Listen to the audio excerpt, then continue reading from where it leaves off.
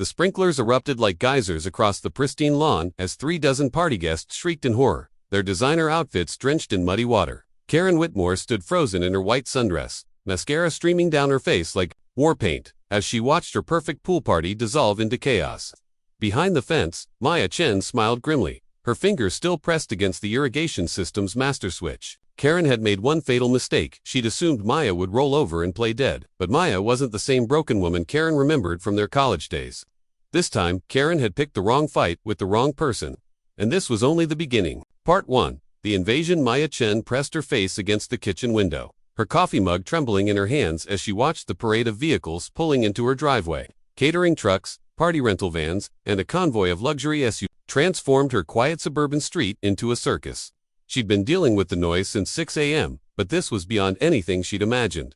What the hell? Maya whispered, watching uniformed workers haul tables, chairs, and what appeared to be a full bar setup toward her backyard. Her backyard, the one she'd spent 3 years carefully landscaping after David's death, turning grief into something beautiful with every planted flower and hand-laid stone path. The doorbell rang with the aggressive persistence of someone who expected immediate attention. Maya set down her mug and walked to the front door, her bare feet silent on the hardwood floors of the house that still felt too empty, too quiet. Even after 18 months, she opened the door to find Karen Whitmore standing on her porch like she owned it. Same platinum blonde hair, same artificially white smile, same predatory gleam in her eyes that Maya remembered from their college sorority days. Karen looked exactly like the type of woman who'd married well, divorced better, and spent her days orchestrating social warfare in gated communities. Maya darling. Karen pushed past her into the house without invitation, her heels clicking against the floor like talons. I hope you don't mind. I took the liberty of organizing a little pool party for today. Nothing too fancy, just 40 or 50 of my closest friends. Maya stood frozen in her own doorway, watching Karen survey her living room with the calculating gaze of a real estate appraiser. I'm sorry, what? The pool party? Sweetie, I saw your gorgeous backyard on Instagram. You really should be more careful about your privacy settings, and I just knew it would be perfect for my summer solstice celebration. Karen's smile never wavered, but her eyes were cold as winter. Lakes, don't worry about a thing. I've handled all the arrangements. Karen, you can't just but I can. Karen laughed, the sound sharp enough to cut glass. I checked the property records, and there's actually an easement that gives the neighborhood association access to your backyard for community events. It's in your deed, sweetie. I'm surprised David never mentioned it. Maya's chest tightened at the casual way Karen threw her dead husband's name around like a weapon. That's not ... that can't be legal. Legal enough. Karen pulled out her phone and showed Maya an official-looking document. See? Filed with the county just this morning. My lawyer is very thorough. Maya scanned the document, her hands shaking. The legal language was dense and confusing, but it appeared to grant the Willowbrook Neighborhood Association, which Karen apparently chaired, limited access to her property for community enhancement activities. The document looked legitimate, complete with stamps and signatures, though something about it felt wrong. This is insane, Karen. You can't just show up at someone's house and throw a party, can't I? Karen stepped closer, her perfume overwhelming. In the small space, Maya, I was really sorry to hear about David. Such a shame when someone so young dies so unexpectedly. The words hit Maya like a physical blow. David had died of a massive heart attack at 34, leaving her drowning in medical bills and grief. The implication in Karen's voice was subtle but unmistakably a reminder of Maya's vulnerability, her isolation, her complete lack of the social armor that Karen wielded like a weapon. I remember you from Delta Gamma, Karen continued, her voice dripping with false sympathy. Always so quiet, so forgettable. Some people are just meant to fade into the background, aren't they? Maya's jaw clenched. She remembered Karen from college too, the queen bee who'd made her life hell for 2 years before Maya finally dropped out of the sorority. Karen had perfected the art of social cruelty, of making people disappear without ever raising her voice, or breaking her smile. I want you off my property, Maya said quietly. Oh sweetie, I don't think you understand. Karen held up her phone again, this time showing a group chat with dozens of participants. I've already invited everyone. The food is prepared, the drinks are chilled, and people are starting to arrive. Can you imagine how embarrassing it would be for me if I had to cancel now? What would people think? Through the window, Maya could see more cars arriving. Women in designer sundresses and wide-brimmed hats stepped out of luxury vehicles, their laughter carrying across the yard like the sound of breaking glass. Men in polo shirts and boat shoes followed, already holding cocktails despite the early hour. Besides, Karen continued, it's just one afternoon, and think of it as an opportunity to meet your neighbors. You've been such a hermit since David died. This could be good for you. Maya felt the familiar weight of helplessness settling over her shoulders like a lead blanket. It was the same feeling she'd had in college when Karen's circle had frozen her out of parties, spread rumors about her scholarship status, and made her feel like she was living on the margins of her own life. "Fine," Maya said, the word tasting like ash in her mouth. "But this is the last time." Karen's smile widened, showing too many teeth. "Of course, darling. Just this once." She swept out of the house, leaving Maya standing in her doorway, like a stranger in her own home. Through the windows, Maya watched Karen greeting her guests with theatrical enthusiasm, gesturing toward the backyard like she was presenting her own personal estate. Maya walked to her bedroom and sat on the edge of the bed she'd once shared with David. His picture smiled at her from the nightstand, kind eyes. Genuine smile, the face of someone who'd never understood that some people took joy in causing pain. He'd always seen the best in everyone, even Karen, during the few times their paths had crossed. "What would you do, David?" she whispered to the photograph. But Maya already knew the answer. David would have found a way to make peace, to turn the situation into something positive. He'd probably have ended up genuinely enjoying the party, making friends with strangers, finding common ground where Maya saw only conflict. But David was gone, and Maya was tired of being the person who always stepped aside, who always made room for others at her own expense. She'd spent 18 months learning to live alone, to pay bills alone, to face every challenge without backup. Maybe it was time to stop living like she was still apologizing for taking up space. Maya walked to her home office and pulled out the thick folder of documents from David's estate. Somewhere in here was her actual deed, the real property records, and probably proof that Karen's easement was either fabricated or fraudulent. She'd been so overwhelmed by grief and debt after David's death that she'd barely looked at most of these papers, but now she spread them across her desk with grim determination. 20 minutes later, she found what she was looking for: the original deed to her property, filed 12 years ago when she and David had bought the house. No easements, no community access rights, no legal justification for Karen's invasion. Maya photographed the relevant pages and did a quick internet search for the county clerk's office. According to their website, no new easements had been filed. For her address in the past 5 years, Karen's document was fake, probably something her lawyer friend had mocked up to intimidate Maya into compliance. Outside, the party was in full swing. Maya could hear laughter, music, and the splash of boaties hitting her pool. Through her bedroom window, she could see Karen holding court by the pool deck, regaling her audience with some story that had them all laughing and nodding in admiration. Maya's phone buzzed with a text from her neighbor, Mrs. Patterson. "Honey, I can see the party from my kitchen window. Did you know about this?"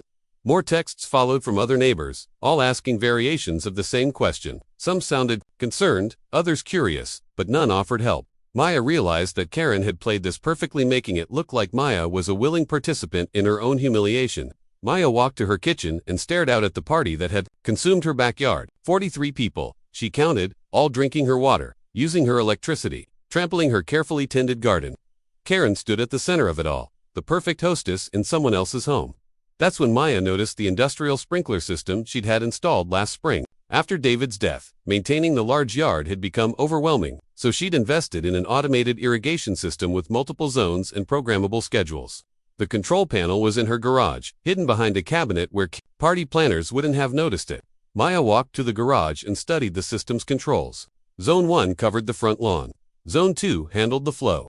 The first brick came through Maya's living room window at 3:17 a.m. She jerked awake to the sound of shattering glass and her security alarm shrieking through the house. Maya rolled out of bed, her heart hammering as she grabbed her phone and crawled toward the window. Through the gap in her curtains, she could see a figure in dark clothing sprinting across her front lawn toward a waiting car. The brick lay in the middle of her coffee table, surrounded by glittering fragments of her picture window. Wrapped around it was a note written in Karen's distinctive handwriting. "You have no idea what you've started, bitch." Maya's hands shook as she called 911, but by the time the police arrived 20 minutes later, the vandals were long gone. Officer Martinez, a tired-looking woman in her 40s, took photos of the damage and bagged the evidence with professional detachment. "Any idea who might have done this?" Officer Martinez asked, her pen poised over her notepad. Maya hesitated for a moment, then showed her the note and explained about the pool party incident. Officer Martinez's expression shifted from boredom to interest as Maya described Karen's fake easement document and the events of the previous afternoon. "You've got yourself a real problem," Officer Martinez said grimly. "Karen Whitmore's got connections all over this town. Her ex, the deputy mayor, her brother's on the city council, and she chairs half the charity boards in the county. People like that don't forgive public embarrassment easily. So what am I supposed to do? Let her walk all over me?" "I'm not saying that. I'm saying be smart about how you handle this." Officer Martinez handed Maya her card. Document everything. Save every text, every email, every interaction. And maybe consider investing in some security cameras. After the police left, Maya spent the rest of the night sweeping up glass and boarding up her window with plywood. By dawn, she looked like she'd been through a war zone, her pajamas torn and her hands cut from the cleanup process. She was taping plastic sheeting over the plywood when her neighbor, Mrs. Patterson, appeared at her front door with a thermos of coffee and a concerned expression. "Honey, I heard the alarm last night. Are you okay?" Maya accepted the coffee gratefully and filled Mrs. Patterson in on the night's events. The older woman's face grew darker with each detail. "That woman is poison," Mrs. Patterson said flatly. "She did the same thing to the Hendersons 3 years ago when they complained about her dog getting into their garden. Suddenly they're homeowners. Insurance got canceled. Their mortgage rate mysteriously increased, and they started getting tickets for every minor violation the city could find. They ended up selling and moving to Arizona. How is that even possible? Money and connections. Sweetie, Karen's got both in spades." Mrs. Patterson patted Maya's arm sympathetically. "But you're not the Hendricks Edge, David. Always said you were tougher than you looked." Maya managed a weak smile, but inside, she felt the familiar weight of helplessness settling over her again. What had seemed like a satisfying victory yesterday now felt like she'd poked a hornet's nest with a stick. Her phone buzzed with a text from an unknown number. "Check your Instagram." Maya opened the app to find that someone had tagged her in dozens of posts from the pool party. But these weren't the soggy disaster photos she'd expected. Instead, they showed the party before the sprinklers activated delegate guests. Beautiful decorations. Karen playing the perfect hostess. The captions painted Maya as an unstable woman who'd sabotaged a charity fundraiser for children's cancer research. "So heartbroken that Maya Chen chose to destroy our fundraiser for St. Jude's Children's Hospital." One post read, "We raised over $3,000 before she maliciously activated her sprinkler system and forced us to evacuate. Some people just can't handle seeing others succeed." The comments were brutal. People Maya had never met were calling her selfish, disturbed, and jealous. Someone had posted her address with a suggestion that maybe she needs some visitors to explain proper community behavior. Maya screenshot every post, following Officer Martinez's advice about documentation, but each image felt like another weight on her chest. Karen had turned the narrative completely around, making herself the victim and Maya the villain. Her phone rang her boss at the accounting firm where she worked part-time. "Maya, I'm sorry to have to call you so early, but we need to talk." Janet's voice was strained, formal in a way that made Maya's stomach drop. "There have been some complaints about your behavior outside of work, and corporate has asked me to place you on administrative leave pending an investigation." "What complaints? What investigation?" "I can't discuss the details over the phone. Come in Monday morning and we'll sort this out." "Okay." The line went dead before Maya could respond. She stared at her phone in disbelief. In less than 20 hours, Karen had managed to turn Maya's moment of triumph into a complete disaster. Her window was destroyed, her reputation was in ruins, and now, her job was in jeopardy. Maya was still processing this when her doorbell rang. Through the peephole, she could see a man in an expensive suit holding a manila envelope. "Maya Chen, you've been served." The lawsuit was 57 pages of legal jargon, but the basic message was clear. Karen was suing her for property damage, emotional distress, defamation, and intentional interference with charitable activities. The amount demanded was $150,000 more money than Maya had ever seen in one place, certainly more than she could afford to lose. Maya sank onto her couch, the legal papers scattered around her like leaves after a storm.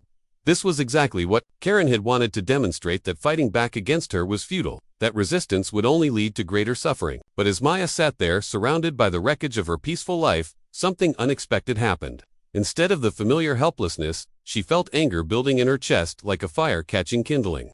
Not the hot, impulsive rage that had driven her to activate the sprinklers, but something colder and more focused. Maya walked to her computer and began researching. If Karen wanted to play dirty, Maya needed to understand the rules of the game. 3 hours later, Maya had filled a notebook with information about Karen Whitmore. Public records showed that Karen had been married 3 times, each divorce settlement leaving her wealthier than before. She'd been sued twice for harassment, once by a former housekeeper and once by a neighbor, though both cases had been settled out of court. She served on the boards of several charities, but a deeper dive into their financial records showed some interesting discrepancies in how donated funds were being allocated. Most interesting of all, Maya discovered that Karen's current house, the palatial estate where she hosted her famous parties, was actually owned by a shell company registered in Delaware. The property taxes were 3 months behind, and there was a lien filed against it by a contractor who hadn't been paid for recent renovations. Maya's phone rang, interrupting her research. The caller ID showed David's sister, Emma, calling from Portland. Maya, what the hell is going on? Someone sent me links to Instagram posts saying you ruined a charity event. Maya explained the situation to Emma, who listened with growing outrage. This is insane. You can't let her get away with this. I don't know what else to do. Emma, she's got money, connections, and apparently no moral boundaries. I'm just one person. You're not alone, Emma said firmly. David left you that house free and clear, and he also left you something else's. Investigative files. Maya frowned. What investigative files? From his journalism work, before he switched to marketing. He kept everything in that filing cabinet, in the basement: sources, research methods, contacts. He always said that information was power, and the best defense against bullies was to know more about them than they knew about themselves. After Emma hung up, Maya went to the basement and found David's old filing cabinet. She'd avoided it for months after his death, too painful to sort through his professional papers, but now she pulled out file after file, finding David's meticulous research methods and his contact list of sources in law enforcement, city government, and investigative journalism. One name caught her attention: Marcus Webb, an investigative reporter for the city's alternative weekly newspaper. According to David's notes, Marcus specialized in exposing corruption among the wealthy and connected. David had helped him with several stories over the years. Maya found Marcus's number and called before she could lose her nerve. Marcus Webb. Hi, this is Maya Chen. You probably don't remember me, but my husband David Chen used to help you with research. Maya, of course I remember you. I'm so sorry about David. He was one of the good ones. Marcus's voice warmed considerably. What can I do for you? Maya explained her situation with Karen, sending Marcus photos of the fake easement document and screenshots of the social media campaign against her. She could hear him typing as she talked. Karen Whitmore, Marcus said thoughtfully, I've been wanting to do a story about her for years, but she's been untouchable. Too many powerful friends. But if she's gotten sloppy enough to forge legal documents and launch harassment campaigns, she might have finally given me an opening. What do you need from me? Everything you've got. Documents, photos, recordings if you have them. And Maya, start carrying a voice recorder app on your phone. Something tells me Karen's not done with you yet. Marcus was. 3 months later, Maya stood in the courthouse hallway watching Karen Whitmore being led away in handcuffs. The federal embezzlement charges had stuck to $0.3 million, stolen from children's charities over 5 years, funneled through shell companies into Karen's personal accounts. The judge had denied bail after prosecutors argued that Karen was a flight risk with offshore accounts and no real ties to the community. Maya felt no satisfaction watching Karen's perp walk. The woman who'd once commanded rooms with her presence now looked small and defeated, her designer clothes replaced with an orange jumpsuit, her platinum hair grown out to show gray roots. It was almost anticlimactic after months of legal maneuvering and media circus. Justice served, Marcus Webb said, appearing at Maya's elbow with his ever-present notepad. How does it feel? Empty, Maya admitted. I thought I'd feel vindicated, but mostly I just feel tired. Marcus nodded understandingly. The aftermath is always harder than the fight. What's next for you? Before Maya could answer, her phone buzzed with a call from her real estate agent. She'd put the house on the market 2 weeks ago, finally ready to move on from the place that held so many memories of David and the woman she used to be. Maya, I've got great news. We have an offer full asking price. Cash. No contingencies. The buyers want to close in 30 days. Maya stepped outside the courthouse to take the call, leaving Marcus to chase down other reporters for quotes. The October air was crisp with the promise of winter, and Maya pulled her jacket tighter as she walked toward her car. The buyers were a young couple from Seattle, both tech workers relocating for new jobs. They loved the house's character, the established garden, even the security system Maya had installed during her war with Karen. They had no idea about the drama that had unfolded there. Seeing only a beautiful home with good bones and careful maintenance, Maya drove home through streets that no longer felt like hers. The neighborhood had changed since Karen's arrest. Several of Karen's closest allies had quietly moved away, unwilling to face the scrutiny that came with association. The Hendersons had even moved back from Arizona, buying their old house from the people who'd purchased it 3 years ago. Mrs. Patterson was waiting on Maya's front porch with a plate of cookies and a concerned expression. I heard about the house, she said without preamble. Are you sure about this, honey? Maya unlocked her front door and led Mrs. Patterson into the living room. The space looked different, now boxes stacked against the walls, furniture covered with sheets, photographs packed away in bubble wrap. It felt like a museum of someone else's life. I need a fresh start, Maya said, settling onto the one remaining chair. Too much has happened here. But David's not in this house, Maya said gently. He's not in the garden or the bedroom or the kitchen where we used to dance to old records. He's in here. She pressed her hand to her chest. And I can take that anywhere. Mrs. Patterson dabbed at her eyes with a tissue. Where will you go? Maya smiled for the first time in weeks. Portland, Emma found me a job at her marketing firm, and there's a little craftsman bungalow for rent 3 blocks from her house. Mountains, coffee shops, people who don't know my story. You're running away. I'm moving forward. Maya's voice was firm, but not unkind. There's a difference. That evening, Maya was packing David's books when her doorbell rang. Through the peephole, she could see a woman in her 60s with silver hair and expensive clothes, but not Karen's predatory elegance. This woman looked nervous, almost apologetic. Maya opened the door cautiously. "Can I help you, Ms. Chen? My name is Patricia Whitmore. I'm Karen's mother." The woman's voice was cultured but tired, weighted with months of shame and disappointment. "May I come in? I have something I need to give you." Maya hesitated, then stepped aside to let Patricia enter. The older woman looked around the half-packed living room with sad recognition. "I heard you're moving. I don't blame you. My daughter destroyed any chance of peace for you here." Patricia reached into her purse and pulled out a check. "This is for you. It's not enough to undo the damage Karen caused, but it's something." Maya looked at the check and felt her breath catch. It was made out for $500,000. "Mrs. Whitmore, I can't accept this. Please. It's from Karen's trust fund money my husband left for her that I've been managing since his death. She would have inherited it when she turned 50, but given the circumstances, Patricia's voice trailed off. "I'd rather it go to someone who deserves a second chance." Maya stared at the check, thinking about the struggling months after David's death, the medical bills that had drained their savings, the part-time job she'd taken just to keep the house. This money would change everything. Portland could be a real fresh start instead of just another struggle to survive. "Why?" Maya asked. Patricia sat down heavily on Maya's couch, suddenly looking every one of her 73 years. "Because I failed as a mother. I gave Karen everything she wanted and never taught her that actions have consequences. I created a monster, and you paid the price for my mistakes. She made her own choices. Yes, but I enabled them. For 45 years, I cleaned up her messes, made excuses for her behavior, used my late husband's money and connections to shield her from reality." Patricia's voice broke slightly. "If I'd been stronger when she was young, maybe she would have learned empathy instead of entitlement." Maya folded the check and handed it back. "Keep your money, Mrs. Whitmore. Use it to do something good. Set up a real charity. Help other victims of harassment. Fund legal aid for people who can't afford to fight back.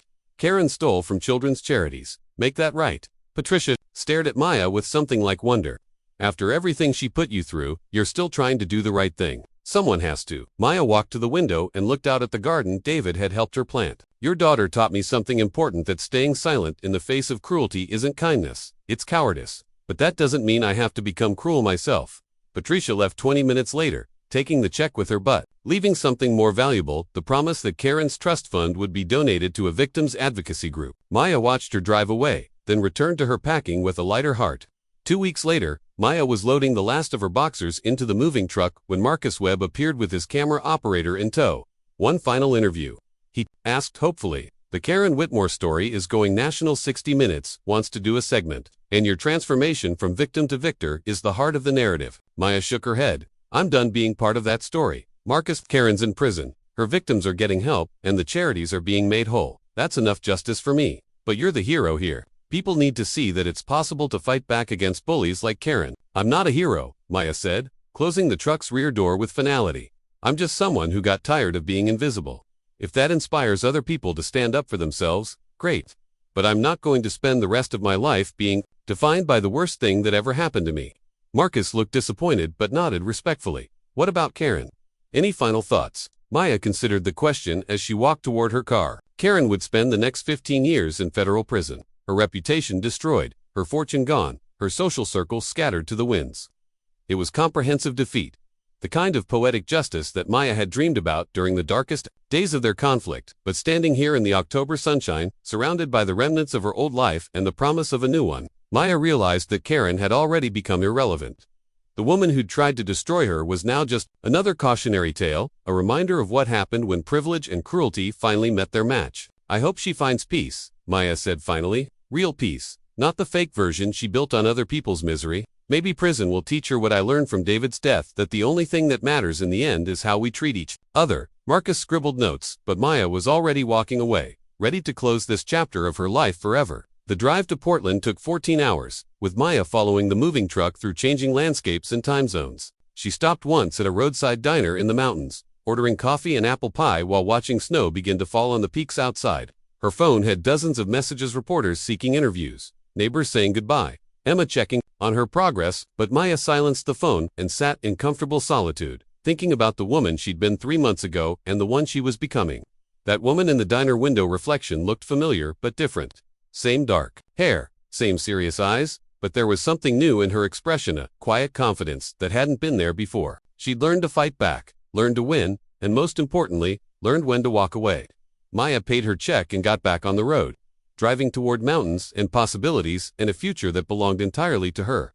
In her rearview mirror, the landscape of her old life grew smaller and smaller until it disappeared completely around a bend in the highway. 3 days later, Maya was unpacking boxes in her new Portland bungalow when she found David's old journal, the one he'd kept during their first